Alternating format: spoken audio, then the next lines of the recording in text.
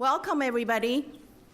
I am Ping Liang, a longtime member of the World Affairs Council and past board president. Tonight, we continue the Great Decisions Global Discussions, our award-winning and most prestigious series. I want to welcome the students, faculty, and staff from our partner college and universities. So, if you are a college student or high school student here taking this for credit or extra credit, please raise your hand. Great. Thank you so much. We are glad you're here.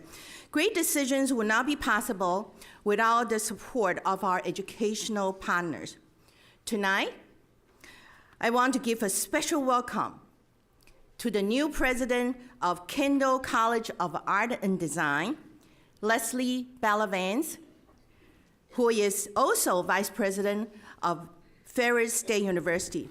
There is President Bellavance. We're just so delighted to have President Bellavance here. She came here with a very impressive track record, 35 years of experience in higher education.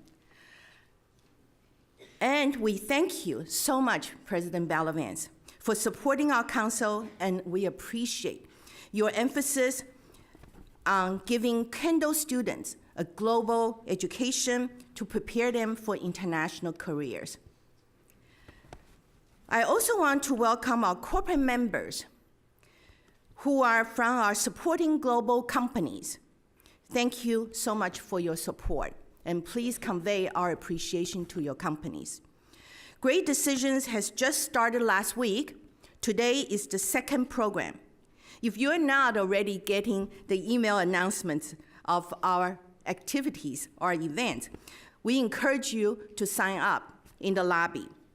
It's free, as we said, and so easy. We don't sell your information. And you can always unsubscribe at any time. Now, I talked to you about the Great Decision Briefing books. They are available for sale in the lobby for only $15. So I told you it's a big discount for all of you who have been so supportive of the council from the retail price at $25. So please take advantage of it. All these books present a very balanced and credible synopsis of all the topics we will cover in this series. It's a great resource for you, and it has great bibliography for each topic. So I believe, just like myself, I got a book last week, so I want to show you. Just 1 second.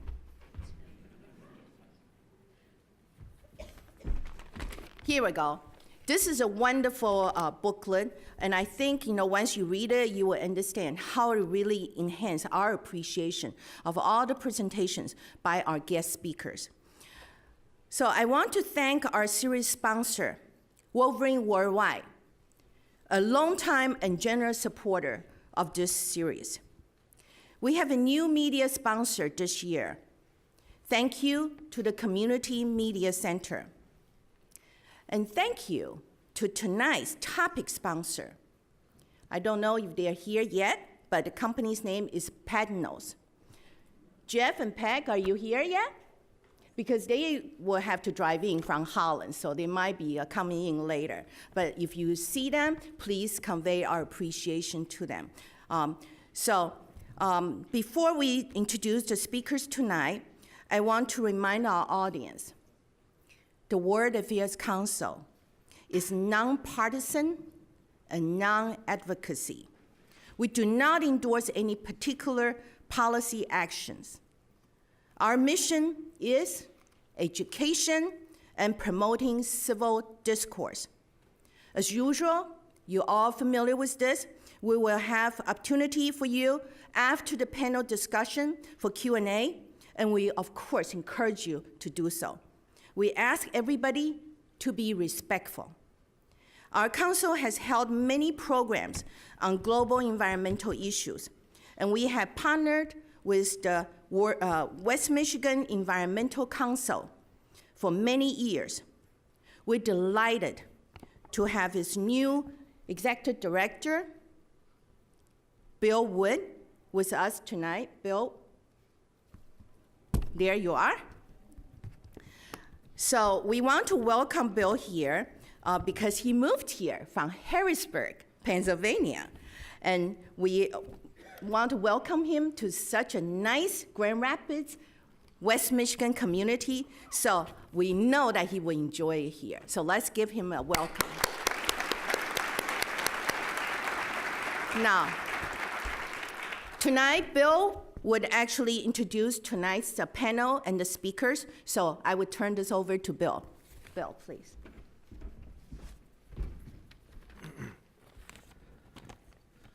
Thank you, Ping.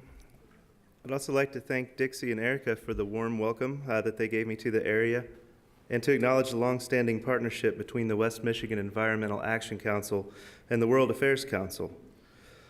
Michigan, and West Michigan in particular, has been a favorite destination of mine since I was growing up in Illinois.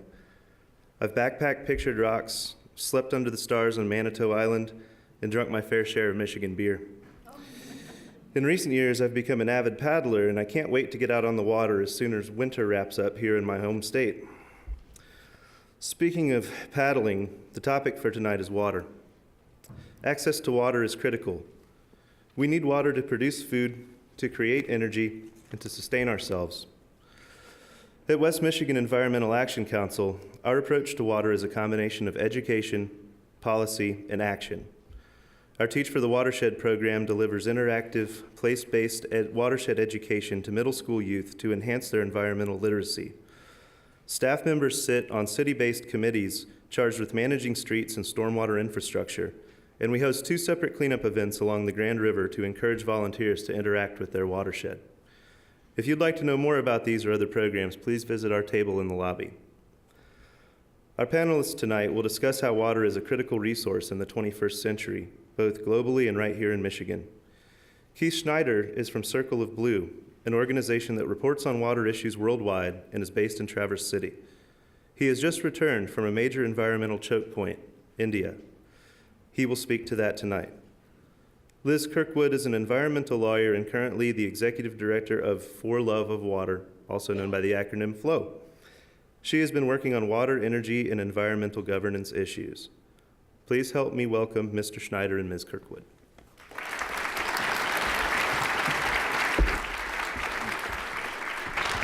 Should I see that? Wow, it's really nice to be here. I'm Keith Schneider. I'm senior editor and chief correspondent of Circle of Blue. Thank you, Ping and Eric and Bill, for the kind welcome. Thank you to Aquinas, and thank you for all for showing up. It's a privilege for me to be here. I don't give this talk very often in Michigan, so when I come home and I'm able to describe what we're doing at Circle of Blue, it's a real pleasure. And Circle of Blue is a small, nonprofit online newsroom, probably the top newsroom in the world. It's covering the contest between rising demand for energy, rising demand for food, and an era of declining freshwater resources. And this contest is producing ecological, economic, and political consequences all over the world, and that's the subject of what I'm about to unveil here. I wanted to first start with some background so that you understand sort of the baseline, so a broad baseline of what's happening. We are water, the earth is water, the earth is us. We are 75% water, the earth is 75% water. That's why there is such affinity between us. What I found over the last 10 years of doing this work, I've reported from 6 continents, 30 or 40 countries, and an evolving narrative, is that the earth is pushing back hard now, and it's pushing back with water as its leverage point. Drought, flood, storm, tsunami. These all are affecting all the economy and politics of the globe at this point. Climate change is a big piece of this, and water is the biggest piece of climate change, particularly droughts and floods and storms. And so the contest for water between all users is intensifying. One of the second biggest user of water on the planet is energy, and most of that comes in electrical energy, and you can see by this chart that nuclear energy is the largest user of water.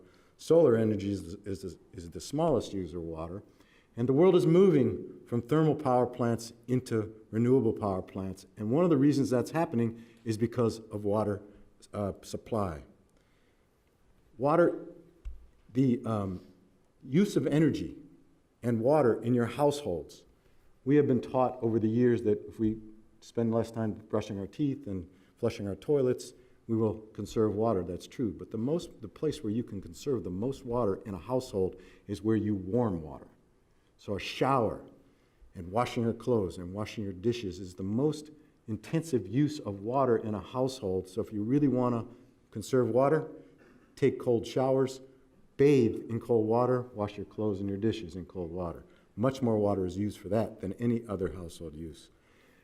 Agriculture is the largest consumer of water on the planet, 70% of water on the planet, and you can see here that what we eat consumes an enormous amount of water. So just a kilogram of beef is a lot of water.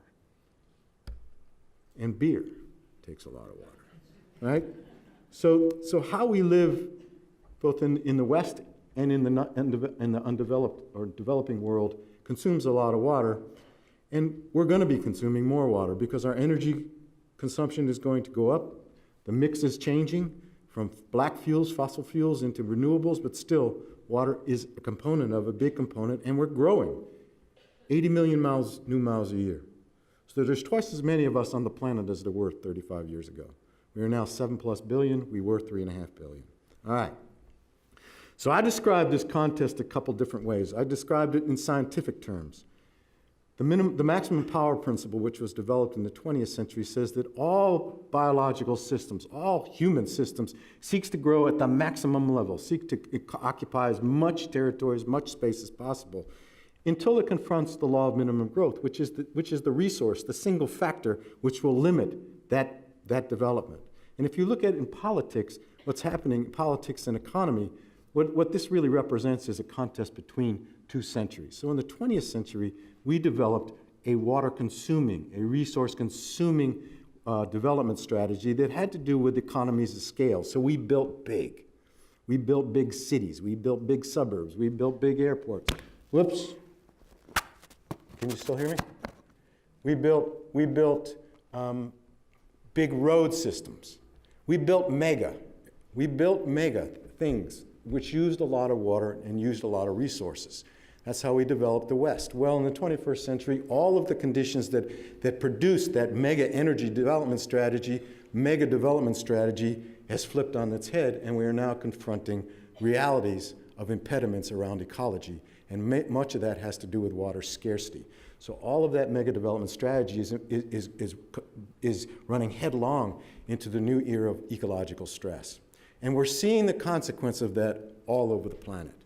So, in the United States and all over the world now, there are water lines. So this is a water line, water scarcity in Tamil Nadu. I was in Tamil Nadu, India 2 weeks ago. I spent 23 days there. And Tamil Nadu is a pretty water-rich area, but it's now suffering the worst drought it's ever had in recorded history.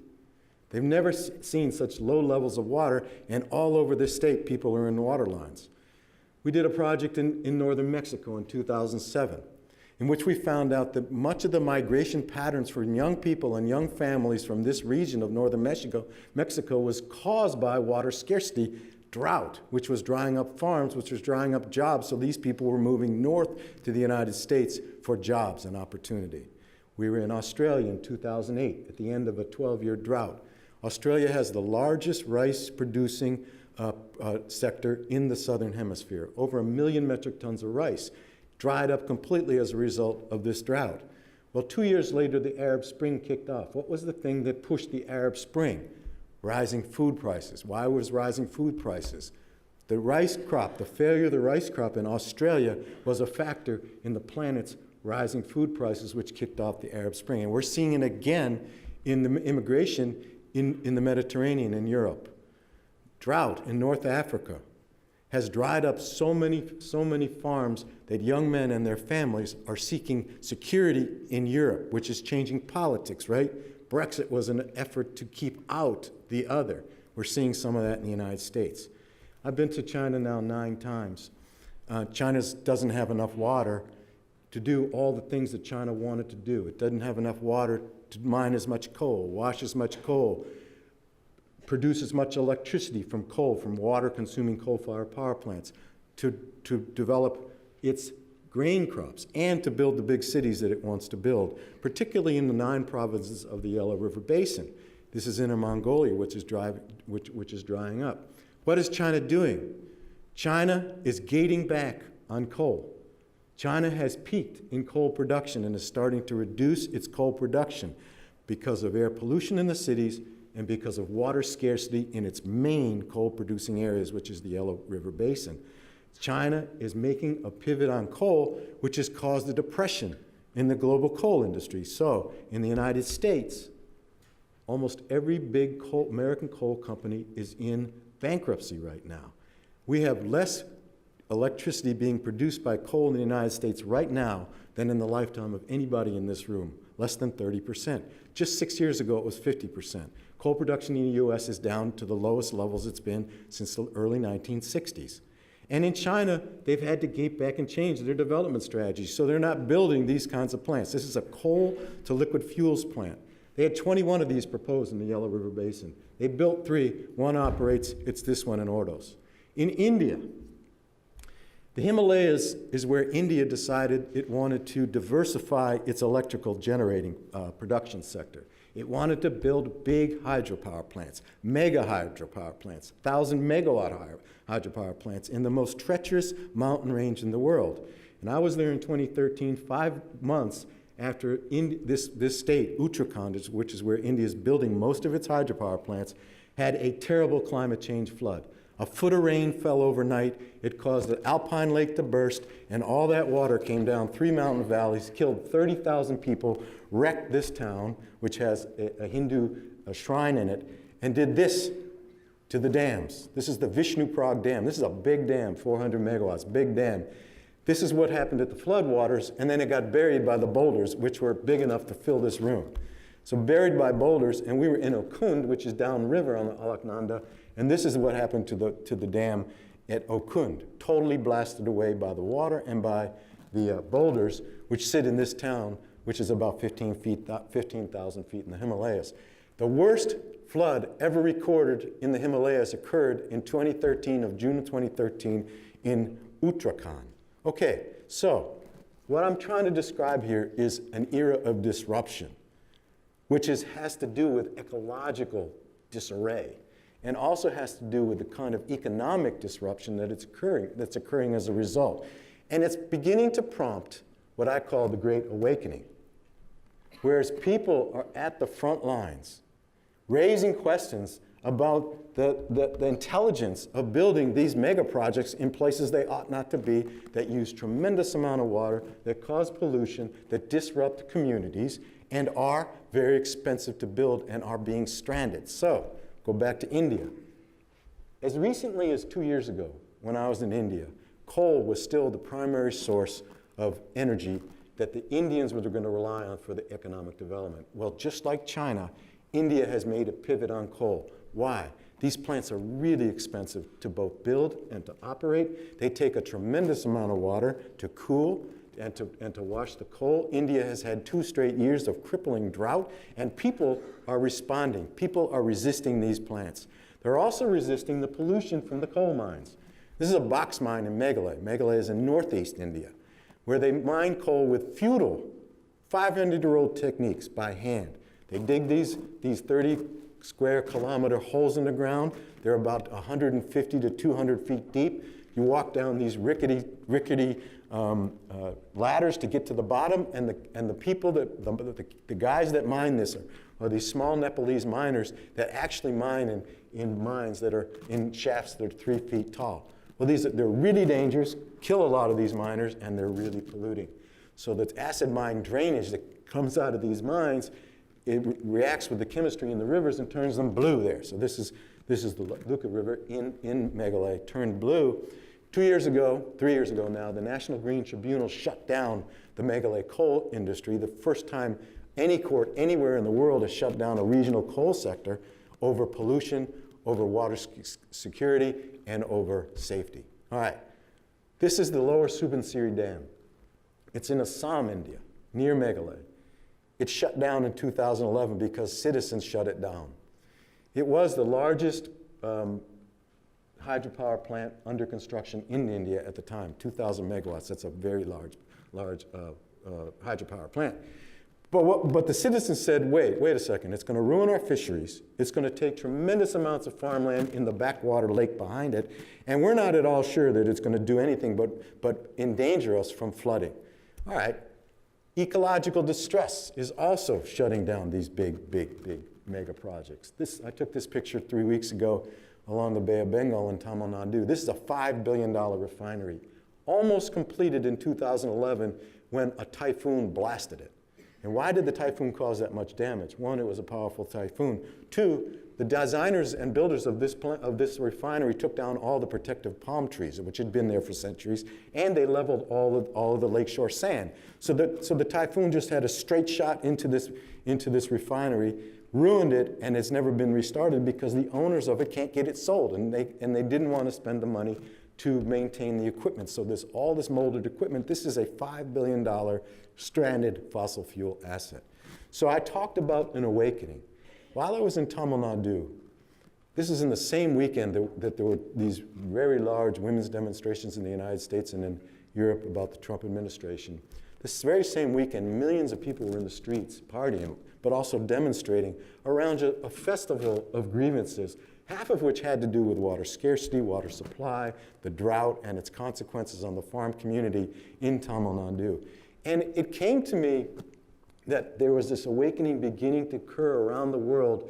I first learned about this in Mongolia, in the South Gobi Desert.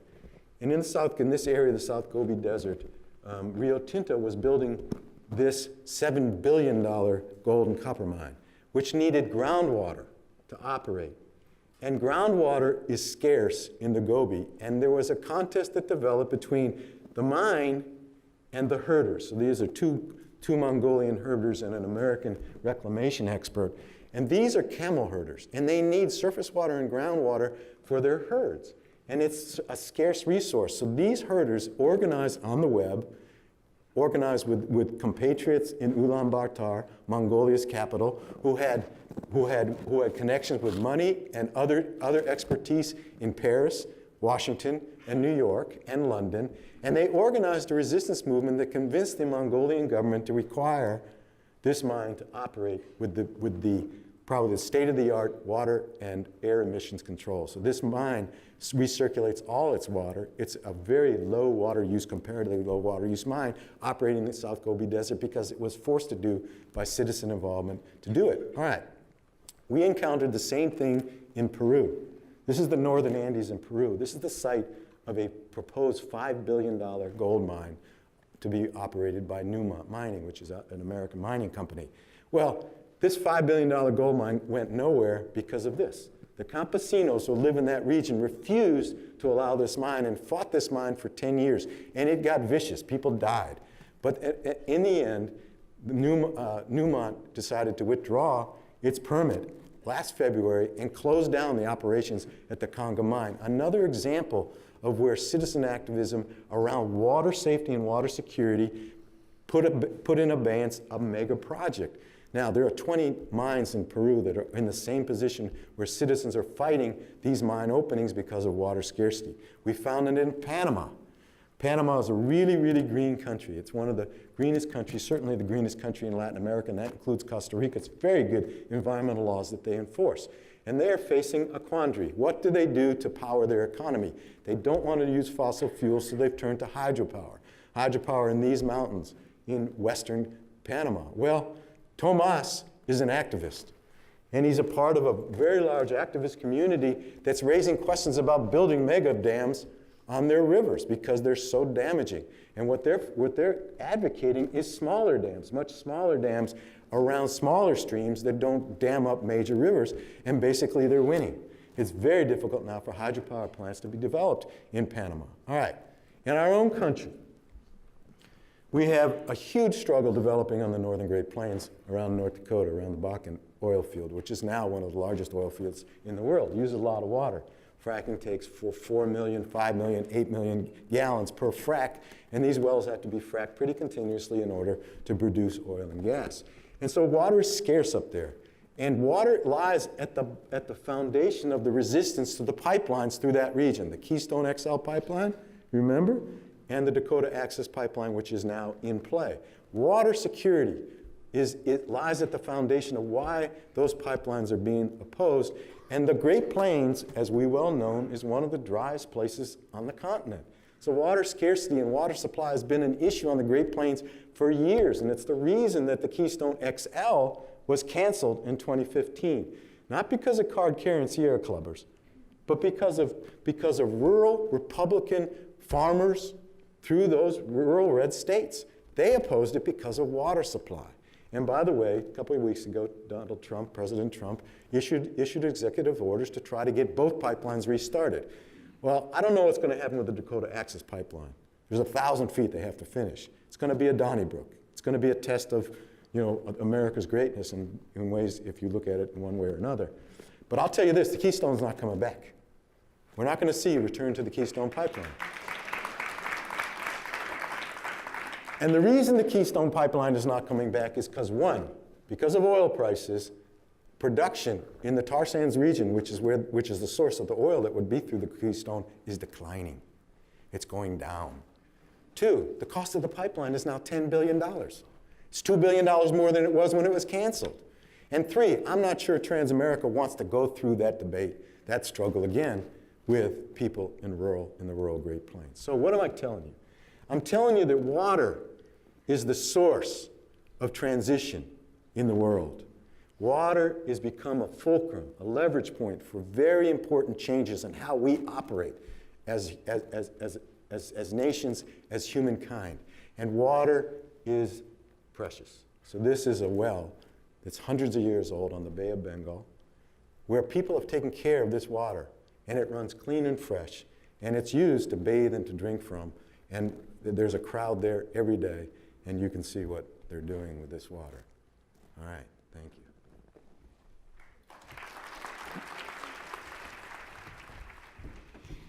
Good evening. Can everybody hear me? These attachments are a little bit funny, and I have a little hump on my back because you have to wear a belt or something. Okay.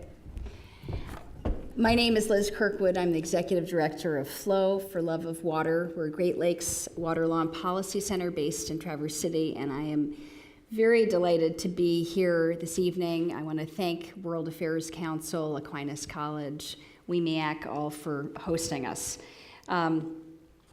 And I also want to thank, Keith is over there. Keith, who has so masterfully painted us a very powerful context for understanding the role of water in shaping our future. I have the job of bringing us back to home here in the Great Lakes state of Michigan, but also here in the region. 8 Great Lakes states, 2 Canadian provinces, home to over 40 million people. Numbers that still amaze me every time I say that here we sit in the land where we have 20% of the world's fresh surface water, and 95% of America's global water supply.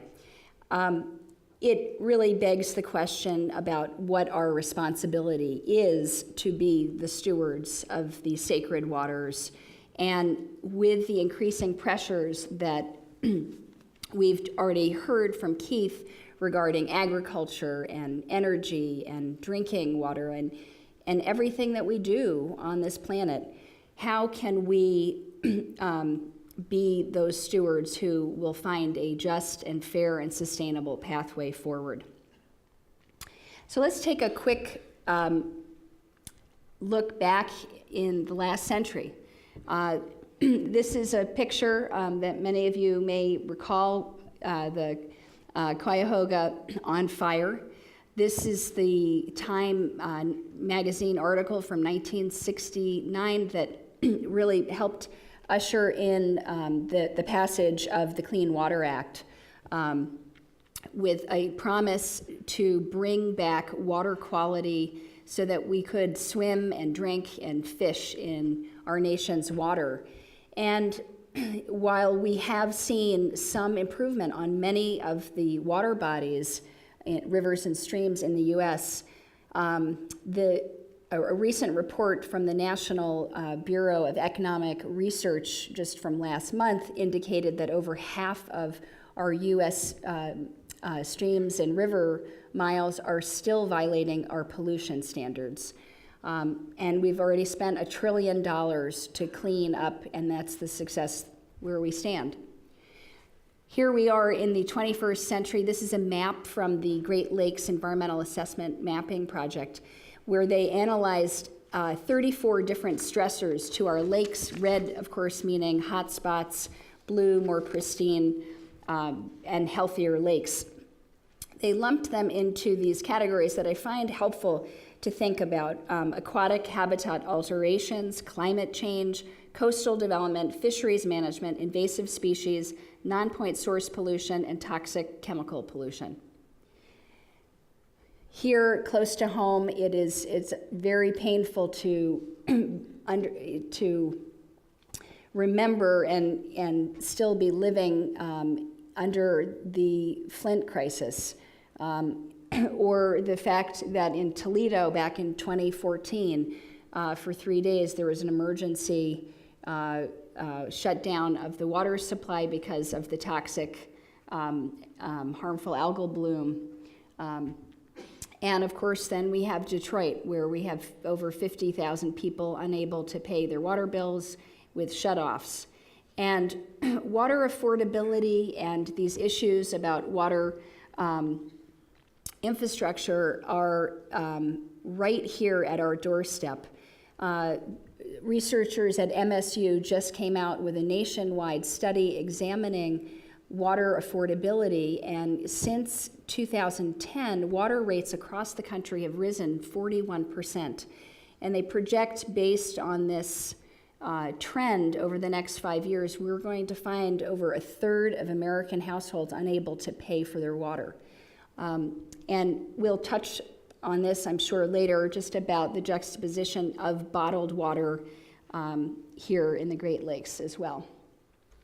So at Flow, we are always asking ourselves, what is that stewardship principle that we can think about protecting our natural resources for the long term, for multi-generations, beyond ourselves right now?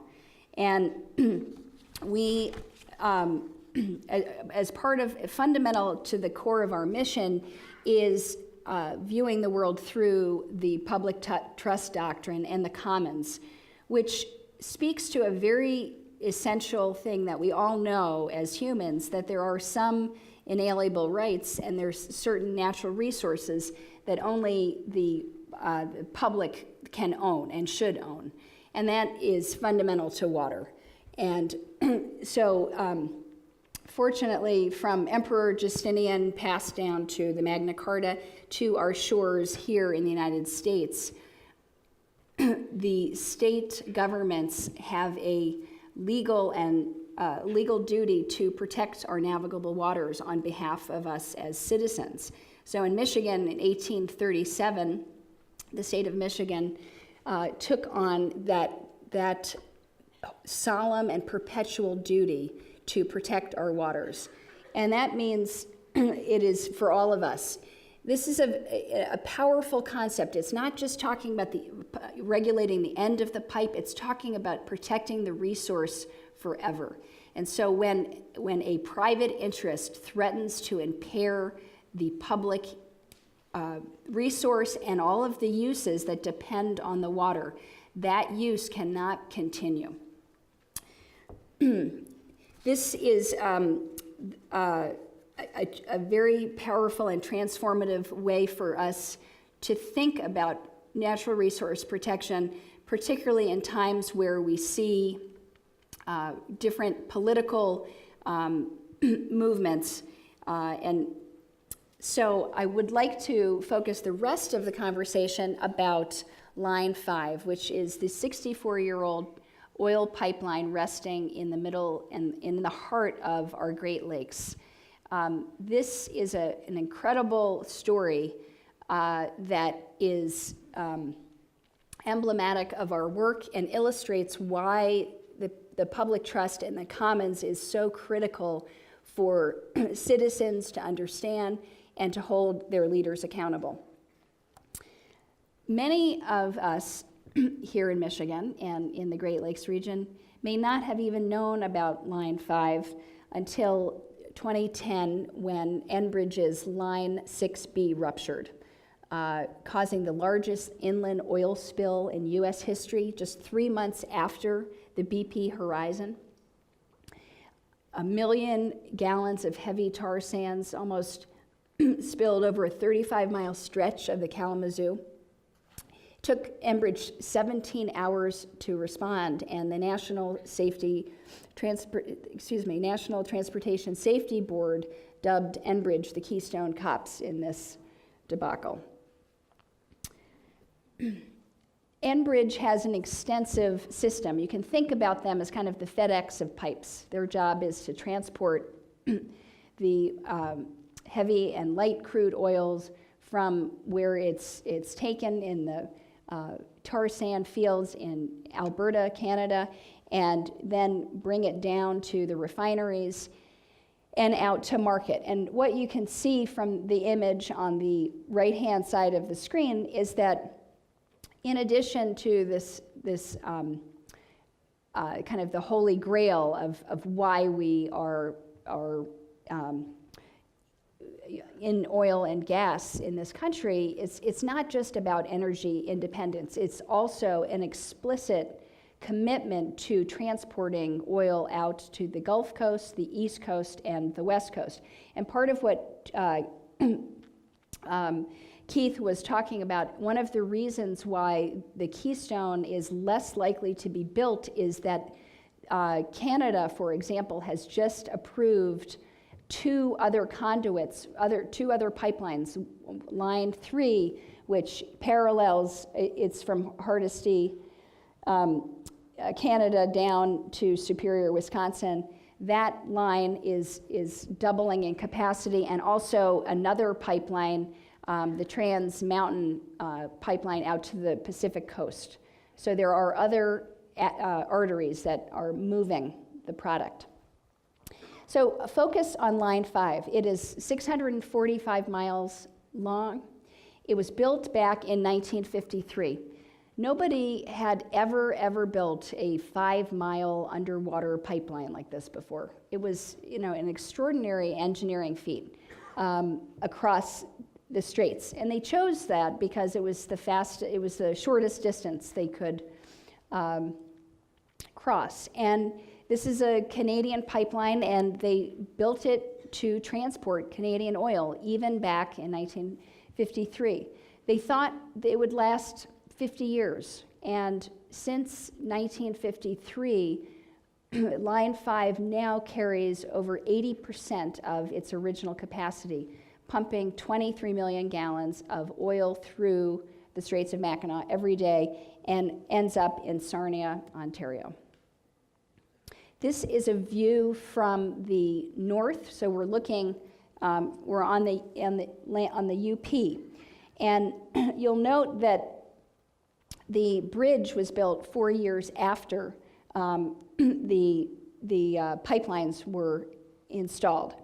What is fundamental to this story, and that is different from the other pipeline stories that you read about, is these pipelines are resting on state-owned land. This land belongs to you. This land, these waters are yours. And the state has a perpetual duty to evaluate any new information and they must ask themselves this very fundamental question. If the use, if that private use is likely to substantially harm, impair, or pollute the resource, that use can no longer continue because it is the public's use that is paramount. So just remember that. 2012, National Wildlife Federation did a superb job bringing this issue to light with the publication of Sunken Hazard. They sent down a diver to look at the condition of this pipeline, and what they found, it was covered with invasive mussels, Where did they come from? Well, back in 1953, it was a closed ecosystem, but in 1959, they opened up the St. Lawrence Seaway, and that helped to usher in more of the invasive species.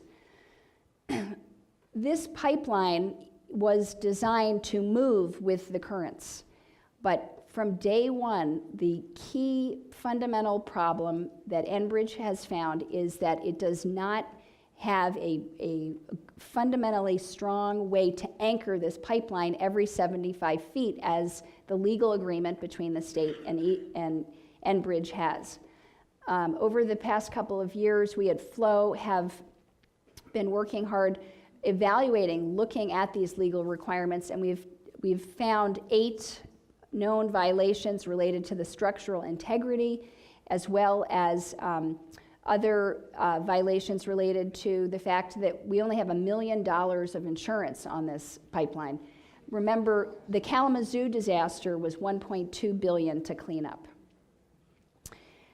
The state of Michigan has responded in several ways, but it has not been in a mode of action.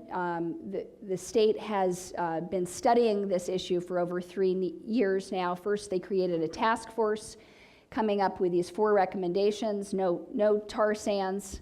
We thought, we asked for that. All of these recommendations were ones that we at Flow, with our legal team and our technical folks, put together, and we were happy that these were the recommendations, but it's been very, very slow. So no tar sands in the pipeline right now, but then the state, number 2, is going to do an independent risk analysis, number 3, independent alternative analysis, and then 4, needs more data. We now have an advisory board. Enbridge sits on this advisory board, and the advisory board is overseeing these independent studies on risk and alternatives. They're slated to be coming out this summer. Enbridge has paid for them to a tune of $3.6 million.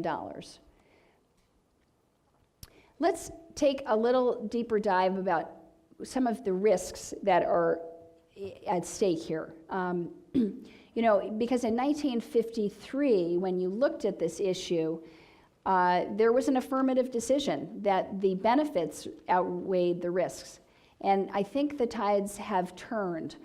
So in 2014 and then 2016, the University of Michigan put out 2 very important studies looking at the magnitude of harm. They first came out and identified the Straits of Mackinac as the worst possible place for an oil spill. In this image that you see here, they took 1 million gallons as the greatest amount of oil as the worst case scenario, and arguably could be bigger.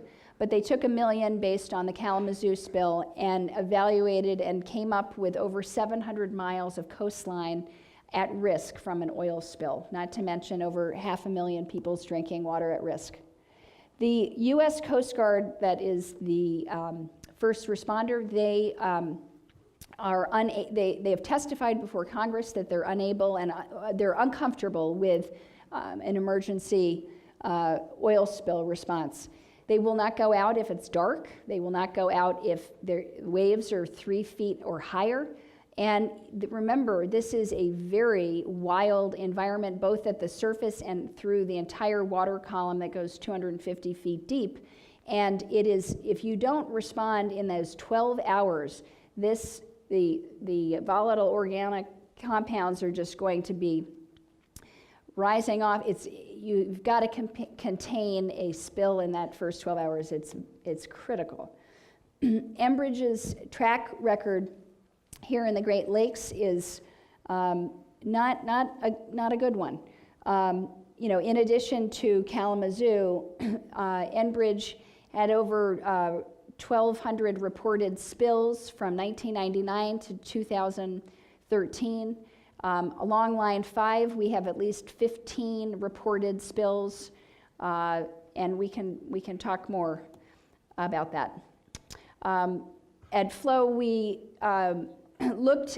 we started looking at this fundamental question about what the alternatives were, because fundamentally oil pipelines don't belong in lakes, especially the Great Lakes. And our experts started looking at the capacity of all these other pipelines around the Great Lakes that have been doubled, including, remember, Line 6B. Enbridge was allowed to and authorized by the state of Michigan to double the capacity of Line 6B following the Kalamazoo spill. So Line 6B now is double in the capacity, and the deal should have been close down Line 5 and we'll let you double the capacity of that pipeline. But in any case, our experts have found that 5 to 10% of the oil in Line 5 goes to refineries in Michigan and Toledo, and that the propane supply issue in the UP is not as big a deal as Enbridge makes it out, because instead of extracting propane out at Rapid River, you could shift it to Superior, Wisconsin with a 1 or 2 rail cars or 4 or 5 tanker trucks. The economic costs are huge, and when you look at what the Great Lakes provide in terms of jobs, a $22 billion tourism economy versus $22.5 million in property and state taxes, and more fundamentally, there aren't too many people who vacation where there have been oil spills. There has been a huge movement among many groups. WEMEAC's part of Oil and Water Don't Mix, and national organizations. We've got Michigan Environmental Council, Michigan League of Conservation Voters, many others, to help amplify this issue amongst and hold our leaders accountable. I want to point out in the lower right-hand corner, there's a map of over 70 communities in this state that have affirmatively passed resolutions requesting the decommissioning of this pipeline. There are tribal rights at stake here. The 5 federally recognized tribes have treaty and fishing rights in the Straits of Mackinac. And we'll talk a little bit more about that. We have the president of Dan Musser from the Grand Hotel coming out in opposition of this pipeline. And so we have movement towards decommissioning, and yet, my prediction is that it's unlikely for this administration to take on this issue. We still are waiting for these studies and reports to come out in the summer, but your voice is important. And I should mention just that the Bad River tribe has decided not to renew the easements on their properties, and so we're going to see what happens. But I just want to end with the optics again, focusing on the pipelines that have received such incredible national attention, and want to make the observation that the reason I think we have seen we've seen such incredible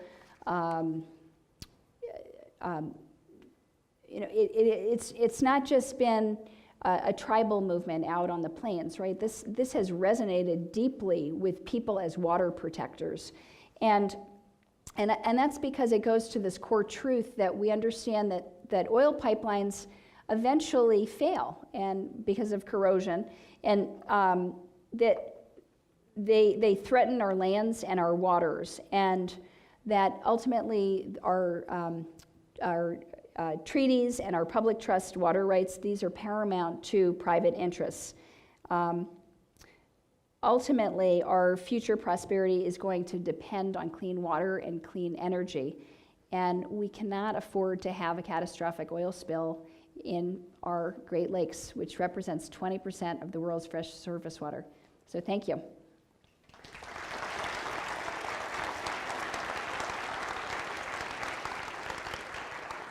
I do have a question to kind of get the ball rolling.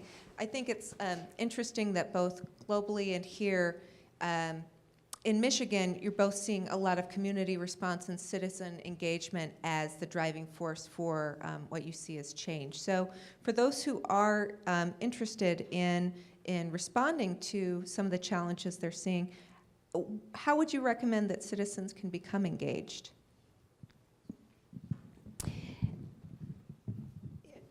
Signing up for emails, of course, is a great way to get involved because, for example, with Line 5, there will be a public comment period, and there will be phone numbers for you to contact your representatives. I think the reason that with the issue for Line 5 that we've had so many communities who've come out against this issue, because it speaks to their core. They understand that this is not, it doesn't make sense to have pipelines in our Great Lakes. And I wanted to just point out that almost 20 years ago, when Keith was an activist, am I allowed to say that? I'm still an activist. Well, I know, but as a journalist, you can't say that. But he started another small nonprofit called Michigan Land Use Institute, now called Groundwork, and one of the things they worked on was passing legislation to ban oil and gas drilling in the Great Lakes. And as a larger goal of this conversation, I think citizens and our leaders, we should be having a conversation about banning oil pipelines in our Great Lakes that are exposed like this pipeline. The issue about maybe underneath the riverbed, that could be a separate, well, that's a touchy issue. but those are the kind of things that you can be working on. Can I take a crack at that? Yeah, sure. All right, so I keep telling Liz, I'm going to tell her again, this Line 5 pipeline dispute is too polite. We're too polite about this. So there's a great opportunity for somebody young that wants to make a name for themselves to organize a mass movement around this pipeline, because it's just teed up for that kind of resistance. And the kind of work that I do around the world, documenting and reporting resistance to these mega projects, also have an attendant mass protest in the streets, people in the streets opposing these projects. That has not yet happened with the Line 5 pipeline, even though it is the most imminent threat to the Great Lakes that's around. I mean, it is the most imminent threat to water quality and safety in the Great Lakes and to the economy of this state. So, any of these young Aquinas College students and your friends, there's opportunity here.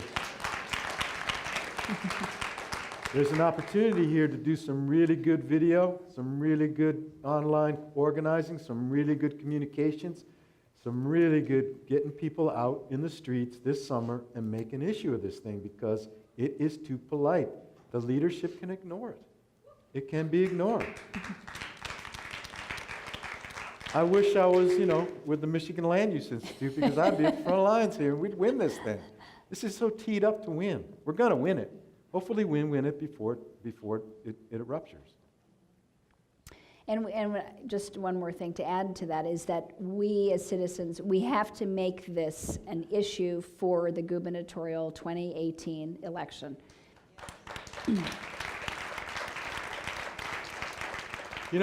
Liz mentioned the oil and gas campaign that we had years and years ago.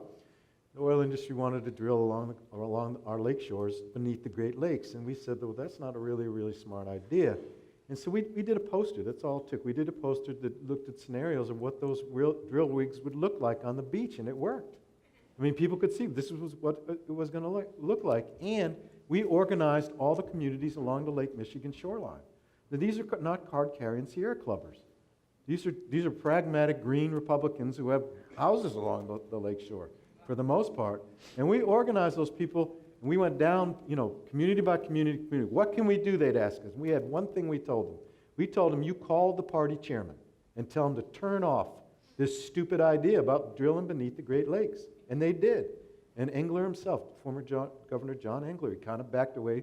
The legislature passed legislation permanently banning it, and it went into Congress, and they permanently banned it. So it wasn't that big a deal because the threat is so imminent, and they can see it. We can see it. So I say it again, our young millennial video jocks, man, there's incredible opportunity to do great organizing around this issue.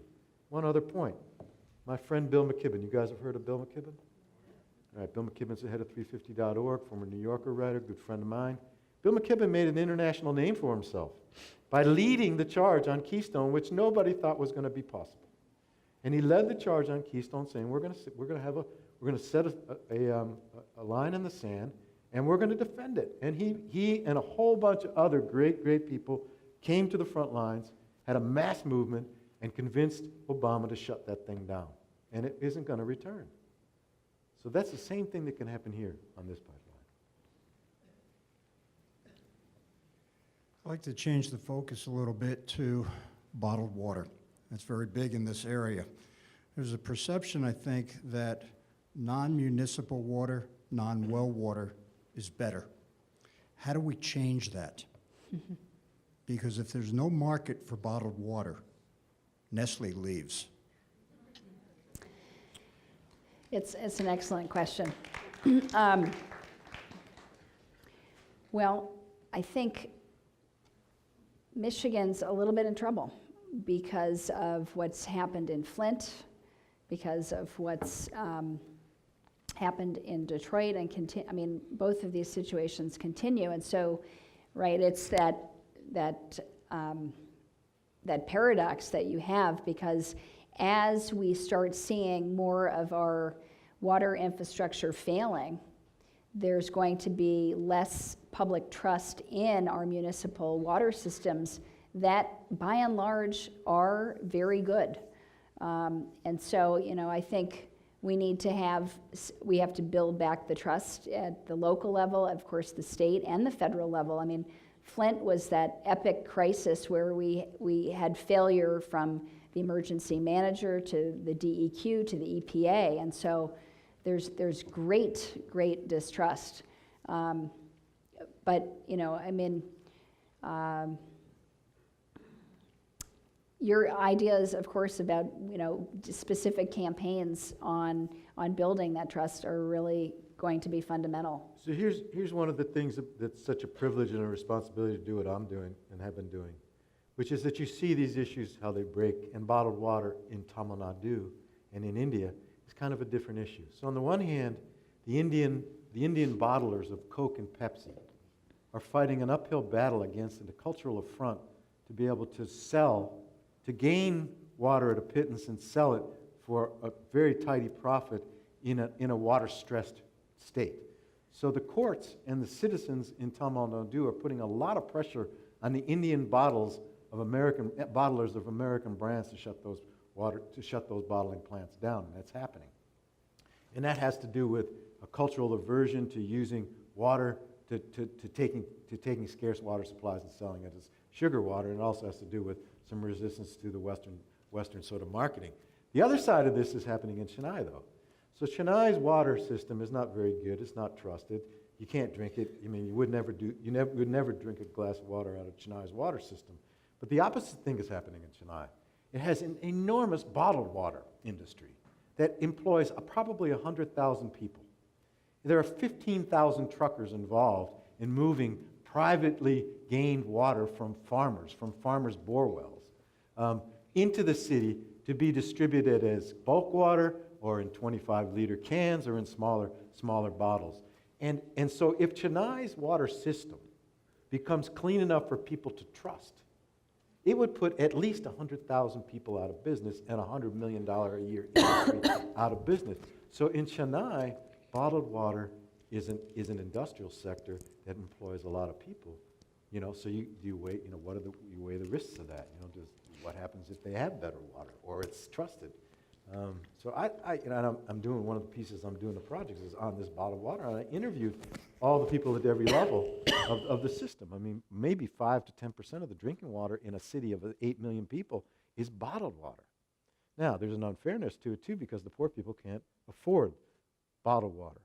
which is a pittance from us, but for them, they have to drink the tap water that the city supplies. And the water is so scarce there that the city is supplying water only like once a week in many of those neighborhoods. So, you weigh these risks and benefits. We've got a question for Mr. Schneider. Can you update us on desalination in terms of economics as well as technology? We talk about mega projects, and I mean, desalination seems like one of those mega projects. Still worth it? Desalination is now one of the largest industrial sectors in the world. Don't hold me to the numbers here, but thousands of plants have been built. Hundreds are now under construction. In Tamil Nadu, Chennai has built 2 main drinking water desalination plants. Is constructing a third and is planning a 4th. The technology is not advanced very far in terms of its water quality. It's advanced a lot, but in terms of its energy use, it's not advanced very far. It's a big energy user. The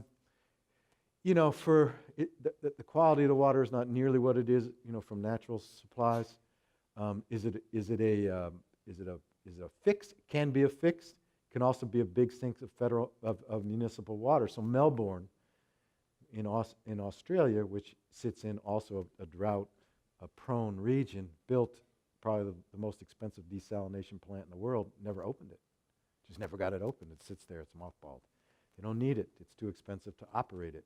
Adelaide built a desalination plant. It has trouble. All the desalination plants, with the exception of those in Perth, that's on the west side, are in trouble in Australia. Never operated. Too expensive. Too much energy. Not good enough quality. Didn't need the water. Conservation produced more water. We just, San Diego just opened a big desalination plant on the west coast, largest in the United States, $1 billion plant. They felt they needed it. They felt they needed it as an adjunct to their existing supply. California just came out of a 4-year drought. It's now experiencing the worst flooding it's ever experienced. If you guys are following the news. I don't know. Does it work? It can work in rich cities. Is it a permanent solution? It can be a permanent solution. In Israel, gets most of its water from desalination. It's working in Israel. There's surplus water. They're actually using surplus water from their desalination plants to put it into the Jordan River, which is going dry. So, there's no slam on it, in my view. But I think that the alternative, which is conservation in most places, and certainly, dealing with climate change so that we change the meteorological conditions that are occurring around the world.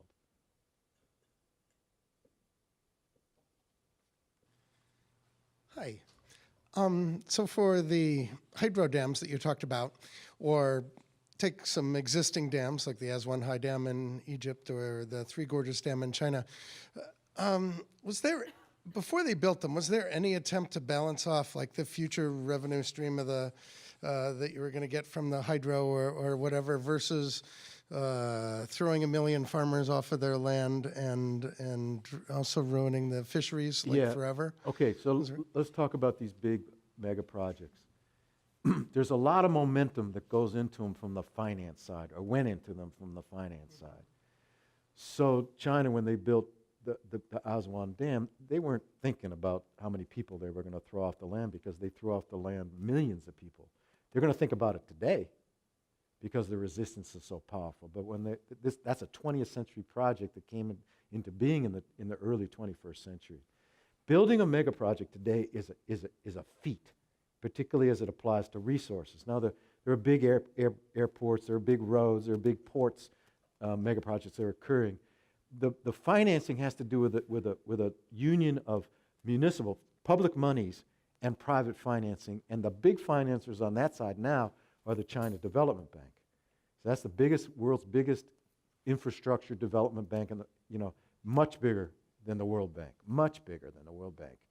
And so the China Development Bank is moving lots of money around port development and highway development, in Africa in particular. But in terms of hydro development, they're taking another look. Why? Because there's so much resistance to it, and the ecological consequences of building these dams are enormous, and people are fighting them on, and they're really expensive. So there's an initial cost estimate, say in Brazil, the big dams in Brazil, $10 billion.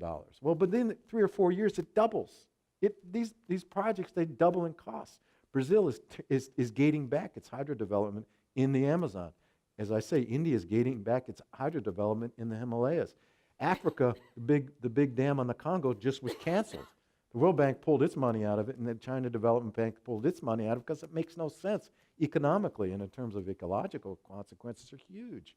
So what I'm finding in my work, and I urge you guys to go to Circle of Blue, and then there's a tag that's called Stranded Assets. So I've gotten really into the finance piece of all of this mega development. And the banks are as in big trouble as the oil industry and the coal industry and the fossil fuel industry because they're all related. The costs are rising, the resistance is increasing, the earth is pushing these projects like mad with floods and droughts and the rest. And the financing, the banks are losing a boatload of money that we talk about very little. So in India, for instance, they have a thing called non-performing assets in the banking sector. And something like $400 billion are now these are bank losses in India. And about 25% of those non-performing assets have to do with coal mines, coal-fired power plants, big mega projects, big hydro projects that are failed or aren't being built, or planned and not being built.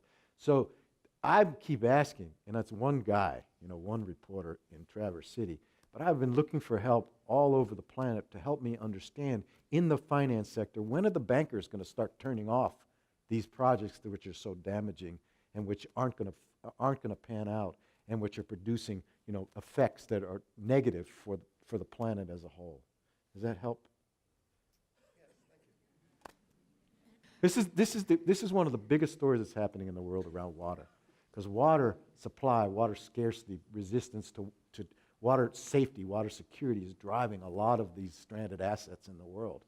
Big plants are being stranded as water supplies dry up. Let me give you one more example. Last year I spent 7 weeks in South Africa.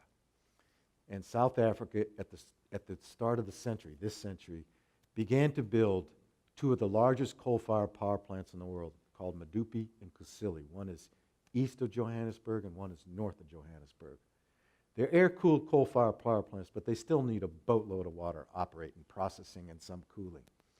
These plants were initially, they're 4,000 megawatt plants, some of the biggest coal-fired power plants in the world. They initially were gated for about $4 billion. They were initially gated to be finished by 2014, 2016, right? One unit at one plant is now operating. The plants themselves are now $16 billion apiece. $16 billion apiece. They won't be finished until the early 2020s if they get finished at all. And the rivers needed to cool those plants. South Africa spent $1 billion rechanneling rivers and having pumps and waterways to bring river water to these two plants. The river in the north doesn't have enough water in it. South Africa's had 2 or 3 years of really deep drought. The river doesn't have enough water in it to cool that plant and have agriculture and supply municipal in northern South Africa for the Medupi plant. And the Kusile plant may not have enough water at all when it operates. So this is the thinking, how much the development strategy of the world needs to shift. Because what looked like a really sane, sound way for South Africa at the beginning of its democracy, right? The 94 elections, a new democracy. South Africa wasn't just going to build a coal-fired power plant. They're going to build the biggest coal-fired power plant. What looks sane in the 20th century looks insane just 16 years into the new century, because all these conditions have changed. Now, the finance sector has to catch up to that. One of the problems in the Dakota Access Pipeline, 17 financiers are involved. And Wells Fargo is in deep doo-doo, is one of those financiers. Seattle is pulling its money out of Wells Fargo. $3 billion. Seattle just said, we don't like what you're doing there. We're going to take our money and put it in some other $3 billion. And their Chase is going to have this, Citibank, 17 of the. And so if you look at the financing in the Dakota Access Pipeline, and that list of financiers looks very similar to the financiers in Medupi and Kusile in South Africa. Looks very, very similar to the financing in the hydropower sector in India. China Development Bank wants to build a new coal-fired power plant in Bangladesh. Bangladesh wanted to build 20 new coal-fired power plants. I don't think any of them are going to get built. None of them are going to get built. Why? Because Bangladesh is the most densely populated place on the planet. Bangladesh also has the best distributed solar program in the world, with decentralized distributed rooftop solar in the world, and people are fighting those plants.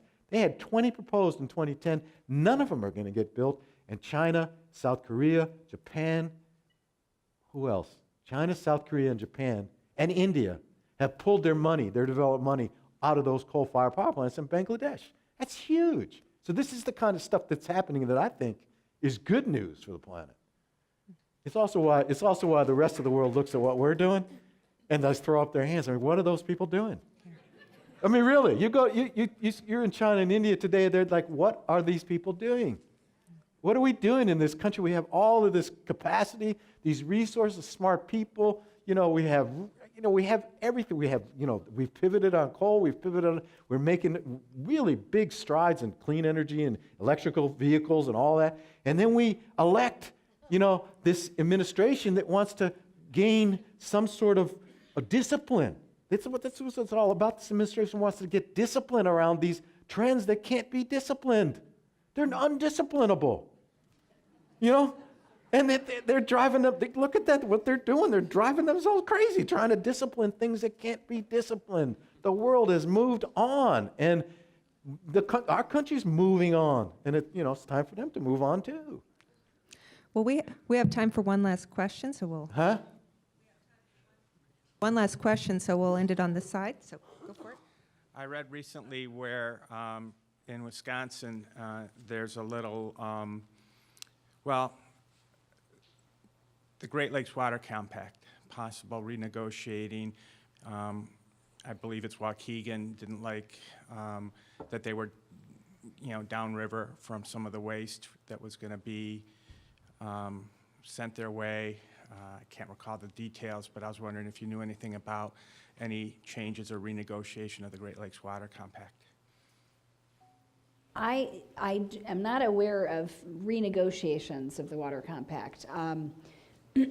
Just as background, many of you know, the Great Lakes Water Compact became effective in 2008 and binds the 8 Great Lakes states. And the biggest test, I think, that you reference is the Waukesha diversion. And so last June, the regional body, this was many years in the making, where the city of Waukesha had radium in their water, and as a source of new water, their proposal was to take water from the Great Lakes and pump it into their system. Now, in order to make this effective, they added a number of other little satellite cities, and we're proposing, you're testing my memory now, it was 12 million gallons a day, and because of the consensus building process of the compact, there was grave concern. Is this going to open the barn doors to let everybody come in? But Minnesota was very concerned, and Waukesha ended up dropping out those satellite communities, and they reduced, I believe, the intake to 10 million gallons per day. Still a lot of questions as to whether or not this really was a good decision.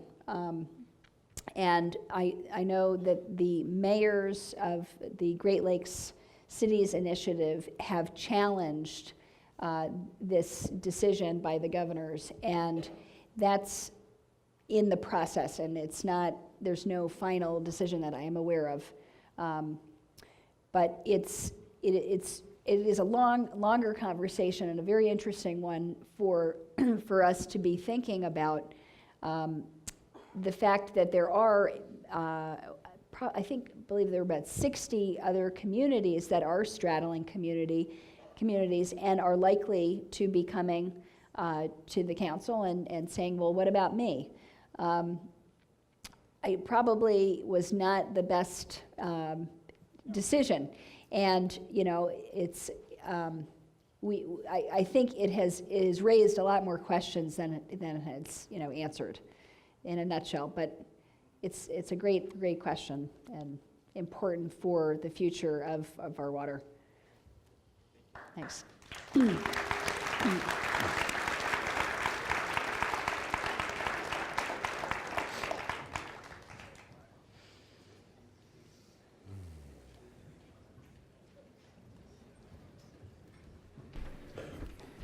Well, we want to thank our speakers tonight for a wonderful presentation.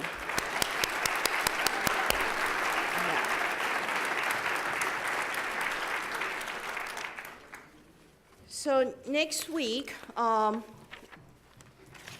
me see. Next week, we're going to discuss nuclear proliferation. Our speaker will be Jack Siegel. He has spent 35 years working to safeguard against nuclear threats, including serving as director for non-proliferation at the National Security Council. And we will see you next week when we discuss nuclear proliferation, new worries. So thank you so much for coming.